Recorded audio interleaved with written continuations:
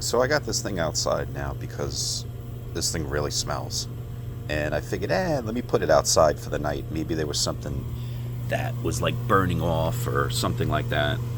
And no, it's still got that nasty smell. I mean, it is crisp air out here right now.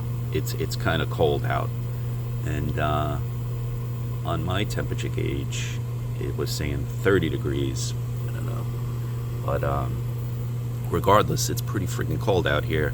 And this thing still has that nasty smell. I went in the bathroom, and it still smells the next day. I don't know what it is. It's got like this little fishy smell or something to it. It's not nice, that's for sure. Yeah. Got a response from the owner of the company, and he tells me, oh no, that's the way it's supposed to smell. I am still airing out this bathroom from this smell.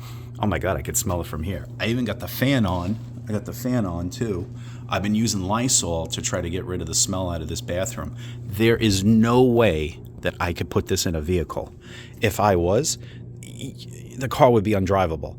I mean, I actually kind of caught a little headache from the smell. It was so bad. And the funny thing is, even though it was in the bathroom, I smelled it coming into like my bedroom. I was like, what the heck is going on?